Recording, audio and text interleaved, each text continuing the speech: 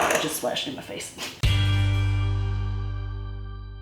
Hello everyone, my name is Lisa and I'm the Viet vegan because I'm Viet and I'm vegan, and today I'm bringing you a recipe that you may have been waiting for a while. I'm making Aquafaba Mayo. What's Aquafaba? Aquafaba is basically bean water, basically the water from a can of chickpeas. You can make Aquafaba at home if you don't want to use canned chickpeas. You just basically boil the liquid until it's like a certain consistency. I don't really know exactly what it is. There's people who have specific recipes online, so I will link that if you want that, but I'm gonna just be lazy because that's what we do on this channel. I just used water from a can of chickpeas. This is about 3 tablespoons. For the full measurements, I'll always leave the link down below for the blog post. But the first thing we're gonna start off with is the Aquafaba. So bean water in here. You could use a food processor, but I don't really feel like cleaning it. So I'm using a hand blender, but you can also use like a single serve, like a magic bullet type blender, like one of those like single ones, and that'll work totally fine. So I'm going to whip up this Aquafaba in here.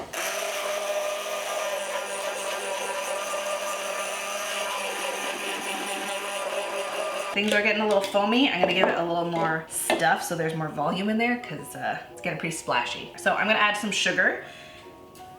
This is lemon juice. This is some apple cider vinegar. This is mustard powder, yellow mustard powder. You can also just use yellow mustard if you don't have this powder, but I find the consistency and the flavor is a little bit better if you just use the straight up powder.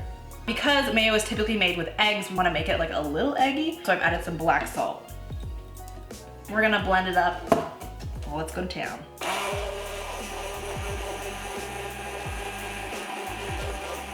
We've got some foamy business happening. We're gonna start emulsifying the fat into the Aquafaba. So it's easier with a food processor, but like I said, I'm lazy and I'm gonna not do that.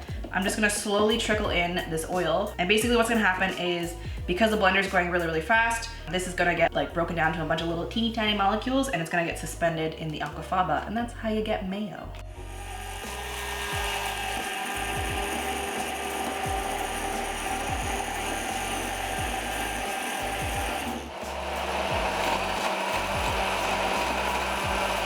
We're looking quite thick and mayo-like, so I think I'm gonna call that a win. Transfer it to a clean jar because it's gonna live in your fridge until you use it all. For food safety purposes, I think the average person would say this would last about 2 weeks, but to me, honestly, if it doesn't smell bad, then I'm gonna keep using it. So I probably kept my mayo for like 2 months before. This mayo is super cheap. It's delicious. Let's give it a little taste test.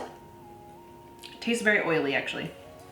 Maybe I didn't need to use that much oil, but it depends on your Aquafaba. If you have like more watery Aquafaba, you might need more like the full amount of oil.